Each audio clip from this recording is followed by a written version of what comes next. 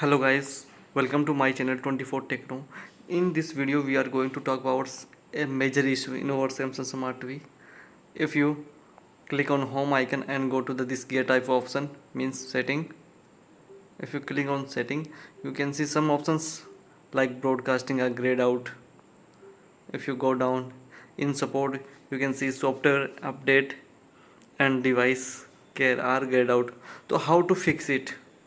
For that, so there are some apps which are working on background, so you have to close all the apps in background. So come back and click on exit. If you click on exit, all the apps on the background are closed. After closing all the apps, again go to the setting, this gear type option and click, and you can see all the options are clearly visible. No options is grayed out.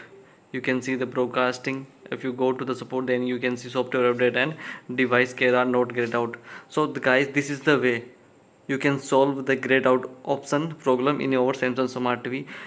If you like the video, please subscribe my channel and share this video with your friends. Thank you guys for watching my video.